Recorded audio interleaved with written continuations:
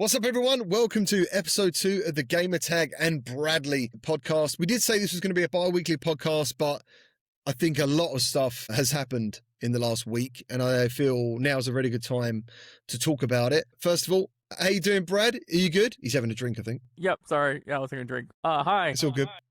I'm good. It doesn't really affect me, the news, but I'll definitely have more to talk about.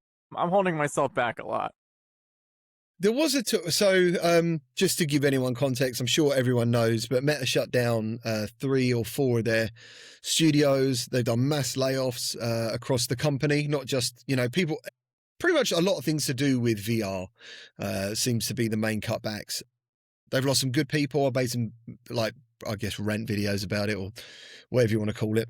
And because I made my first video and I didn't realize how deep these cuts were. And then also I learned that not only have they made these cuts, they're almost doubling down on the smart glasses. I think they've doubled their production numbers of those. Isn't that right, Brad? They're talking about doubling or tripling. They haven't done it yet. They're just talking with Essilor Luxottica to discuss the process of doing that, which would require them to build more factories. But yeah, they're definitely dedicating more to that. This whole thing is obviously about return of investment, and it's not happening. They've put all this money. I don't know what it is. I don't know how much it is. I've heard billions. 10 billion a year, or even sometimes a quarter. Insane amount of money.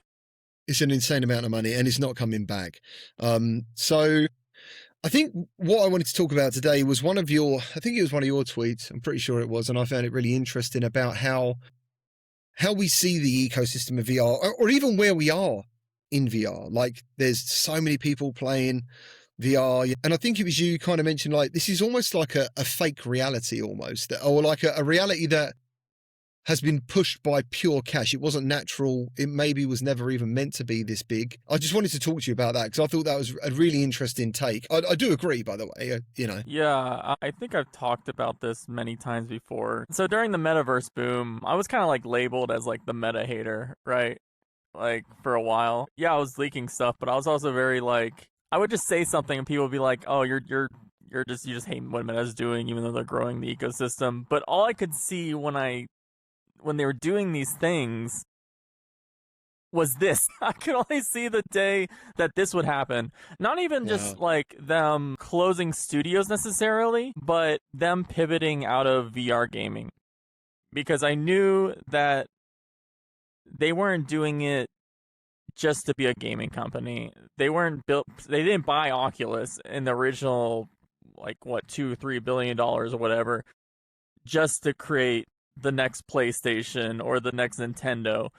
Zuckerberg wanted to create the next mobile phone, basically. So when I just kept seeing them buying all this up and trying to invest in it and preempt Apple and Google and all their ecosystems, I just saw the little guys who were already in VR, AR, trying to do things in a more natural progression sort of way they can't compete unless you're also getting those huge bags of cash because the market becomes so distorted.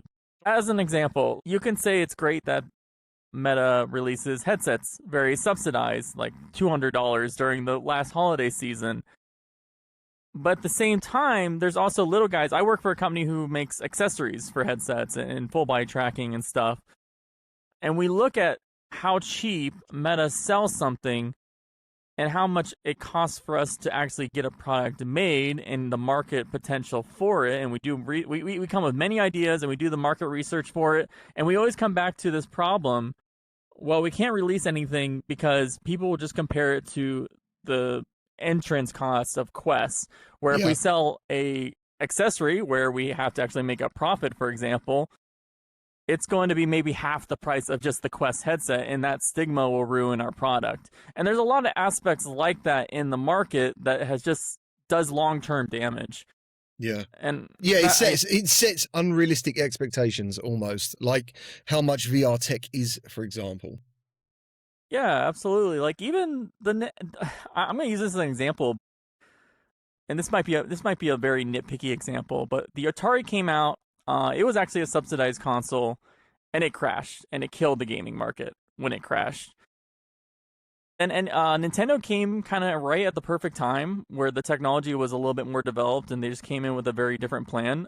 NES consoles were never subsidized; they were actually sold at a profit, but they did the correct licensing and more control of the software side to where things were able to grow like more organically, and it was the right time, right place. I feel that VR as a technology, because it's such a niche thing to get people into a headset and doing all these things, it's going to be one of those things that just okay, let me put it this way. A lot of people in VR space, they always say, yeah, this technology is just going to blow up one day. Everyone's going to use it. It just makes sense. But I don't really feel it, or I should say, if that is the case, I don't really feel that a technology like that will need to be subsidized, have billions poured into it, and not make any money back. It'll just naturally explode and do well for everyone involved. But it hasn't really shown to be that for a lot of ways. And I just, again, think the market distortion that's been happening really almost since the beginning, since Meta or Facebook bought Oculus, just made it not able to grow in that sort of slow, natural way. Yeah, I hear what you're saying. I remember with the Atari and Nintendo thing, another factor was software quality. There were some big licenses. I mean, everyone knows about the EP game that was just absolute trash, marketed so well, but the game was absolutely terrible to the point where people basically revolted against it. It was so bad. And I think that's why the Nintendo, originally they had the seal of quality, and that was kind of trying to win back people's trust. I would easily say that the Quest has definitely suffered from a lack of quality. There is so many games. I don't even know how many apps are on that Quest store now, because then they brought in App Lab, they mixed it all up. It was hard to know what is like a verified game, a good game, which is great for some indie developers, you know, like they're discovered that way. But yeah, I found this whole meta thing. One, I wish I'd never bought the studios in the first place, but why they couldn't just pay for them to make games and just let them be normal studios on their own. They want to own everything, and they are. And not only were they owning the things, they were stopping other companies from having that talent as well, which is so also that would be the destructive. main thing of like, right, we're going to make this IP for our system. Like, you cannot play this game anywhere else. I'll be honest, like when I did my videos, I didn't really know what the future of VR is at the moment. A lot of people are sort of not angry about Steam Frame, but I think a lot of people are like, everyone's talking like it's going to save VR. I kind of feel now that what we're talking about is actually a reset of the ecosystem in general. That's what it feels like. I think so. I don't think the Steam Frame's going to change it either. I think it's going to be almost like what the Valve Index did for PC VR. It didn't like make PC VR explode, but it was just nice to have a reinvestment in that platform. I feel like Steam Frame's going to kind of do that, but in the more, I guess, standalone context. Yeah, because they've never had a standalone thing, and we've obviously got a massive library of games that wouldn't have been available before without the Quest. Some of them I feel are very good games. Yeah, that's what I mean. It feels like a reset, but it also feels like I don't think we can know what's going to happen, you know, upon its release.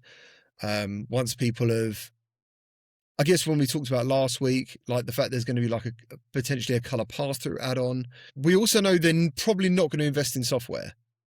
Like, probably not. I wouldn't expect that. Because when I had Mike here the other day, so I've had my PC upgraded, which is going pretty well at the moment, touch wood. He basically said, he asked me, he said, has Brad ever mentioned Half-Life 3? And I was like, I actually don't think you ever have. I don't even like really, I don't data mine that side of things. I just cared more about their hardware and Steam VR itself. And a lot of that has to do with, I mean, we were literally talking about this last show. I'm not really into the gaming side of VR anymore. Yeah. I'm into like the technology. I'm into using it as like a computer, frankly. And I was watching, well, just to go back to your question, it doesn't sound like Half-Life 3 is going to be VR from all the people like Tyler McVicker and all them, Gabe Follower, all those people who actually spent all their time data mining it. It doesn't seem like that's the focus. But if they do 2D to 3D, maybe that's, you know, maybe there's something there to do. But I don't think so. Yeah, I think modders will get hold of it though. I mean, the fact that you can play Half-Life Alyx flat screen makes me feel over time, eventually someone will make a VR version of it. I feel like over time, and this is why I, again, this is where I feel like VR and even VR gaming is at that place where it makes more sense to have passionate people going in modding these games that they like into VR rather than having giant tech companies buy up entire studios to make a game that will never make its money back. So I think that's the kind of stuff that Steam Frame will do well compared to Quest, because if there's a big, so kind of talking about like what is the future or even the now of AR VR, it's all about taking legacy content platforms and making it useful in like a spatial context. With Apple, you have all the iPad, iOS apps, and then you can also make the dedicated VR AR apps for the headset. It's Google Android XR is the same way. It has all the Android apps, so whether it's tablet, phone, whatever, you can do it for that. But also it has the added functionality where they had the developers Alchemy Labs basically make a whole intro experience to VR and built it for Android XR. Steam Frame's gonna be the same way, except they're just doing Steam OS and the Steam game content library, where I think a lot of the usage at the beginning will just be, again, what people are already used to. And then over time, there'll be just slow experiments and new apps that passionate people will create. But there's not going to be like I don't see huge influxes of like what we've experienced the past 3 years in terms of software. I kind of thought I knew the trajectory of everything that was going to happen. And then I kind of felt like, now I'm not so sure. You know, it's been weird. It's been weird for me. It's been interesting seeing, like, it's funny, we were talking about this too, but we were talking about like the timing of the roadmap leak, how like they were going to go back into making a Quest 4. I can tell you that Quest 4 project was canceled twice already, and after these layoffs, who knows if there will be a Quest 4 truly, and if it is, what will it do software wise? It just doesn't seem like they want to do a gaming console anymore. They're being brutally honest about that. Another thing was surprising. So we talked about how they closed down Armature and Sanzaru. Twisted Pixel. Yeah. Thank you. But I was also quite surprised about the Supernatural closing more than anything, because that seemed like a whole different demographic than all the other stuff they were working on. Because I was looking at the people who use Supernatural, and actually it's much older people actually use it quite often and whatever. So I was even surprised to see Meta give up on that demographic, which is very different from the young kid putting on the headset to do the free-to-play gaming. Then another surprise that came out today was that they're also shutting down or I don't know what they call it now. I think Meta Business. Room. Yeah. Not just the workroom, but the entire business. They had a whole business program going where businesses, enterprises could come in, pay for extra support and everything to allow you to buy the Quest headsets at the same price as consumers, but pay for like a subscription to have more enterprisey support. So they're not even wanting to do that side of things anymore. So it really is like all cylinders related to VR and Quest. They just are moving those resources to other things. Yeah. It's just, I think it just shocked me so much. Because I think in some way, the silver lining for me for at least 16 hours was knowing that Camouflage were left alone. That was the first rumor. And then I got some inside intel that a Harry Potter game was actually in the works. That's the crazy thing, dude. Like, they paid another like 60 odd million to get these games ready for 2026, regardless of where they are in development. They've just closed them all down. And I'm not sure how true the Cloudhead thing was, I was told. I can't verify any of this really. But the 70% they let go were obviously, apparently, people they hired just for that project, for the Meta project. And when Meta said, we're not doing that anymore, they had to let those guys go. It's just, yeah. It was devastating on LinkedIn. I think it's weird how different platforms have different repercussions of this stuff. You know, LinkedIn's very much the place where people try and get jobs, you know, they advertise themselves, and it's very more business focused. There's not really any trolling or any memes or anything like that. It's very businessy. Yeah. And when I went on there, that's when I saw like how many people. Is it 100 people? That's what Upload told me. 1,500 people have just been laid off. Yeah, I think around there. Jeez, that's crazy. Yeah. And just to be transparent, around the end of December, I'm part of like the Meta. It was the ambassador program. I don't know what it's called now, like the Meta creator program, I think it's called now, because everyone kicked off about the ambassador thing.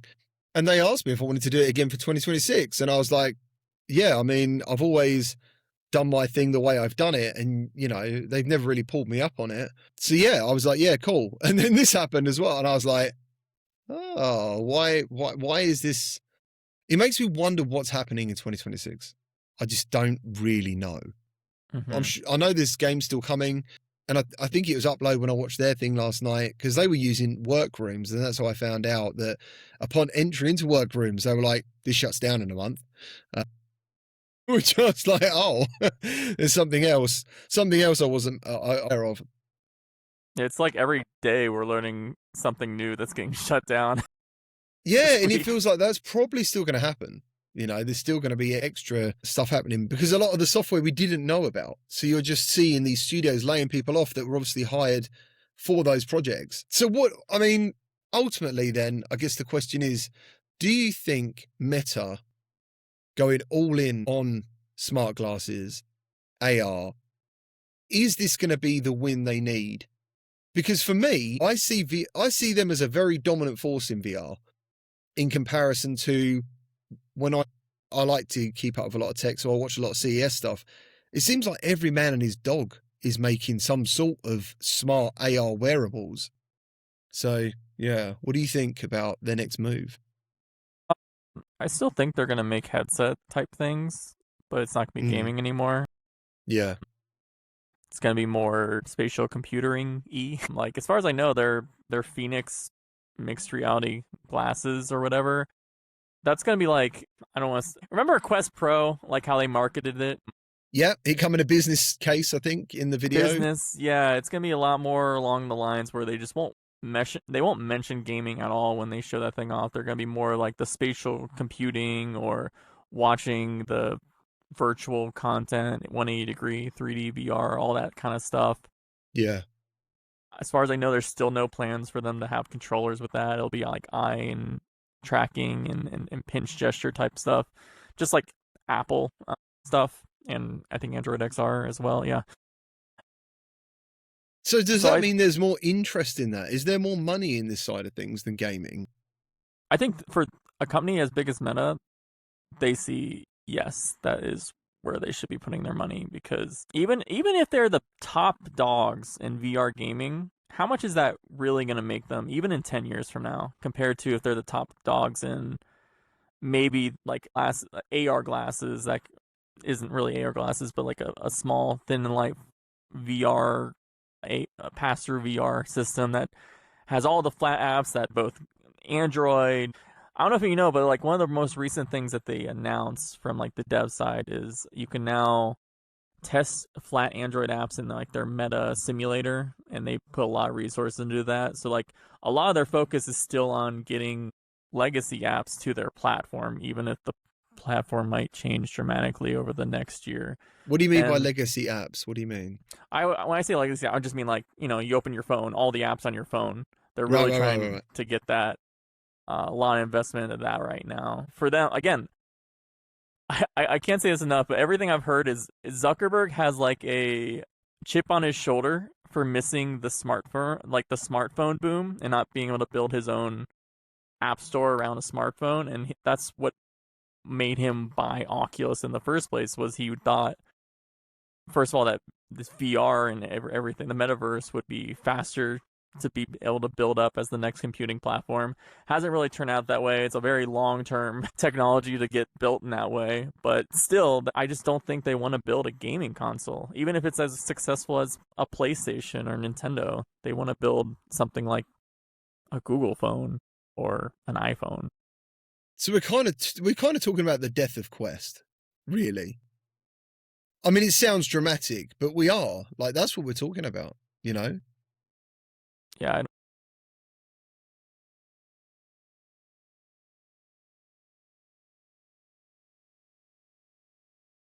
Wow, dude. That's crazy. So is Apple Vision, I mean, I'd love an Apple Vision Pro. And I think, again, being a gamer, I think one of the things that held me back was not being able to game on it. Then they released like the PlayStation 2 controllers, which can you buy them separately now? Is that possible? yeah, they're Okay.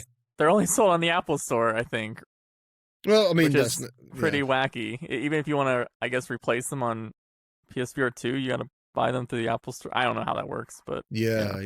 Because a lot of people are having to buy a whole new headset if their controllers got broken. And obviously in VR, a lot of people make mistakes and hit things. yeah. So is Apple Vision Pro, in your opinion, what I was going to say was I think it was your tweet about Resolution bringing like a mixed reality almost. It actually looked like a virtual reality arcade to Yeah, Apple Vision Pro. yeah, so and this Probably is both. you guys I remember everyone was talking about before the PSVR 2 come out, the idea of a hybrid. Is it hybrid games or whatever? Yeah, always. Yeah. Yeah, and I think that's like they should have still have done that. But anyway, yeah, Resolution Games is bringing out an emulator, like all the licensed Bubble Bobble, Galaga type stuff. You can play it on your phone, you play it on your iPad like normal, like flat. But if you download the same app on your Vision Pro, it doesn't just give you the flat app, it gives you the whole arcade cabinet that you can place anywhere in your house and play it that way. That looks pretty neat. We'll see when it comes out on the 5th. But I yeah. mean, we mentioned occlusion last time. I just feel like that would be even better with occlusion. Like the whole seeing your hands over the. Yeah, Oh yeah, man. Yeah, absolutely. I'm hoping like the controls kind of move with your hands and stuff. I'm assuming it's hand tracking. probably, yeah. So has Apple Vision Pro been a success in your mind? I think it was very a realistic product for the market. I remember everyone's like, "Oh my I mean, god, it wasn't Apple." cheap. It wasn't It was cheap. not cheap, but Yeah. I've been saying this since it was announced or came out that I always saw the Vision Pro like the Apple Lisa of the 80s, where they released this extremely. For anyone who doesn't know, back in the 80s, they released something called the Apple Lisa, which was like the first, before the Macintosh came out. It was the first computer that had a full graphical user interface. So you didn't have to type anything in just to start a program. It wasn't the first, it was the first mainstream one, I guess. Yeah. But it was super expensive, and frankly, it didn't sell many. But it didn't matter because they used that as a baseline to build the first Macintosh. And the Macintosh is what kind of blew the personal computing segment much higher. And I always felt the Vision Pro was kind of like that for what Apple's trying to do with the spatial computing. It didn't need to sell bongo so many units. It just needed very passionate people to get in it, be guinea pigs for them, see what works and what doesn't. I think in that way it's almost successful, but I think it's also not there yet. Like if literally, and this goes back to like my feeling about there's always been like two arguments for VR. Is one, make it cheap so everyone can use it, do all that stuff, and the other side was make it good before you get it cheap. I've always been on the good side more than the cheap side, and frankly, let's say the Apple Vision Pro was discounted at $300 today. I still don't think everyone would use it as their computer in the current state. But I think it's getting closer to that level. And I know I give long answers, but I really do think I'm very passionate about this headset because for me, it feels like the closest we've gotten to a headset being a computer. And I would love to see more things like that. So to going back to Steam Frame and Steam Machine, we talked about it last week. What are your intentions for that then? That equipment, that headset? Like what do you personally want to do with it? So I was watching a stream today by one of the developers who develop all the tools to develop XR games on the Godot engine, which is like after Unreal and Unity, that's probably the third most popular game engine. And they were showing how they were able to go from their PC and remote desktop, which is like it's not streaming your PC's desktop to the headset, it was streaming the headset's desktop to the PC so it can access the entire file system and use it like a computer and drag and drop files and install programs on it the Steam frame interests me for that. It's like it'll have the entire Steam library, and that's fun. I have a lot of Steam games, and I'll love to tinker with it and finally install mods. Like I was even joking that there was this YouTube channel called Defunctland who recreated a Disney ride that doesn't exist anymore at Magic Kingdom, where kind of near where I live. It'd be Yeah. cool to take that program that was developed almost 7 years ago of that submarine ride, install it on the headset, bring it to Disney World where that on the land where that freaking area used to be, that ride used to be, and then just put it on and just see where everything was in that virtual context. So that's some of the cool stuff I think I can do with VR. I want to see a full PC operating system running similarly to Vision Pro, and I think Steam Frame isn't focused on that, but I think there's gonna be a lot of like experiments over time where you see a lot of those aspects being tested and used. Right. Okay. All right. That's cool. That's cool. Because I think it was me and Mike, as again, we're talking about you yesterday.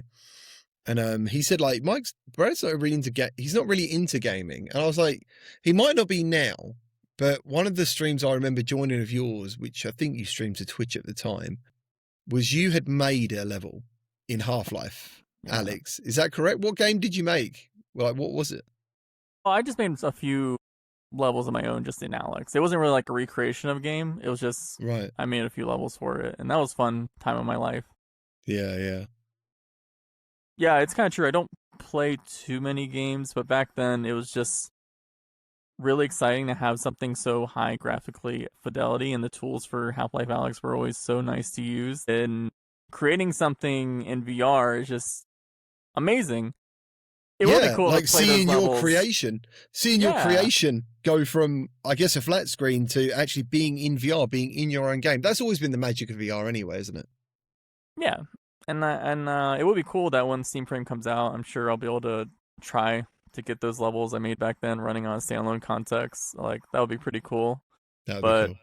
yeah, other than that, it's here's the ironic. I don't want to talk too much about me, but back when I started VR in 2016, I got interested in it through gaming because I was getting tired of standard gaming at the time. So I was like, "Oh, this VR gaming is coming out. This is incredible. I want to pivot to this." I loved it for a while, but even VR gaming for me has just gotten stale.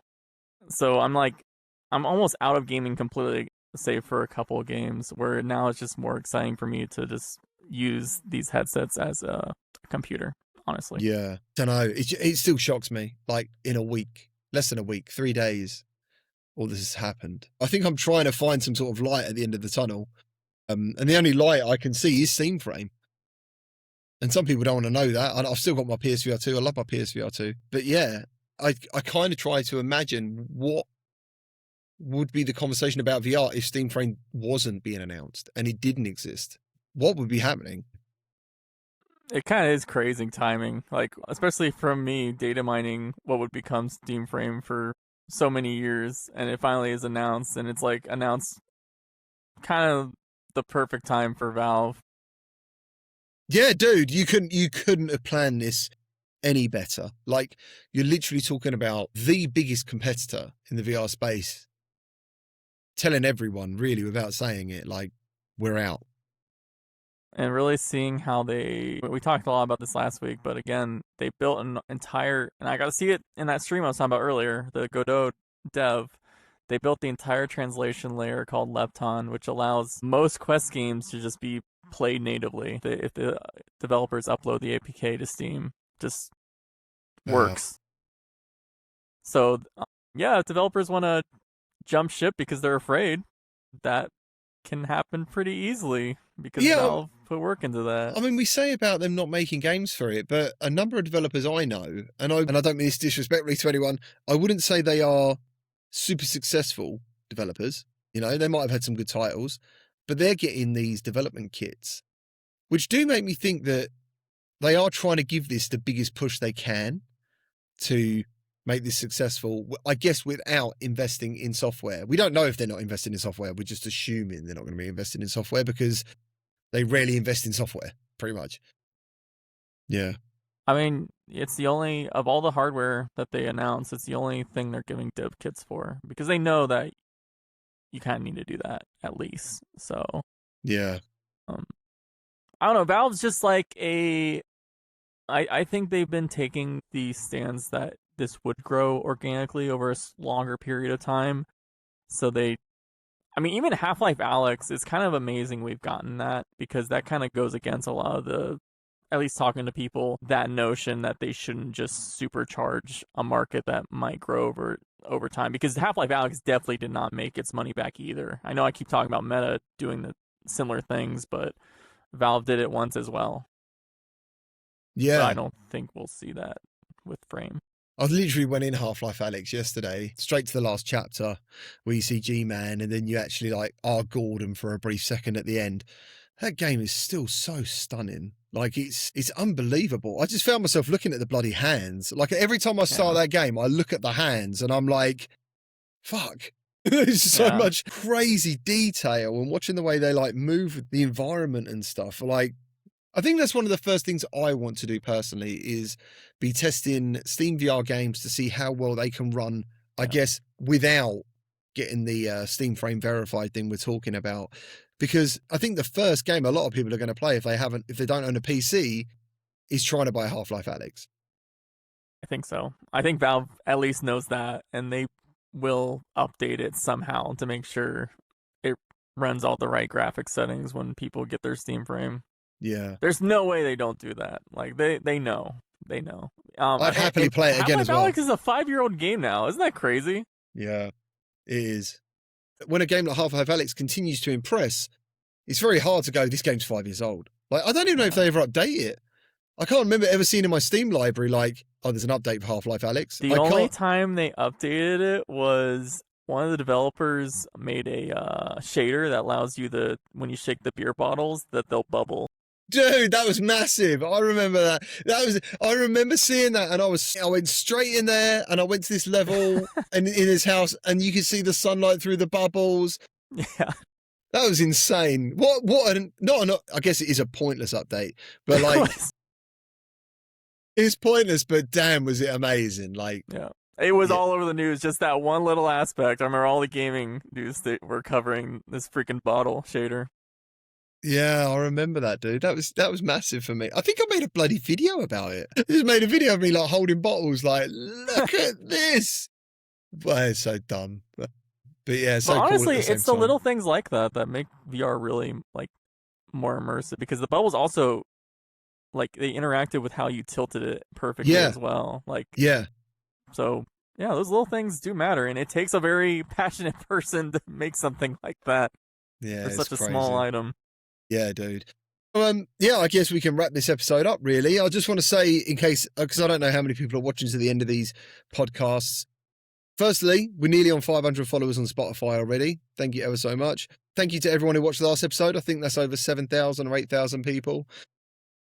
And I think we've got a really cool guest for next week. Personally, I don't want to say who it is, but it's someone I never thought I'd get the chance to talk to about VR.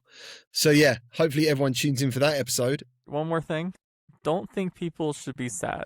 I really don't. Like, I know it sounds painful right now because, like, it just feels like the biggest Band-Aid has been ripped off your arm unexpectedly.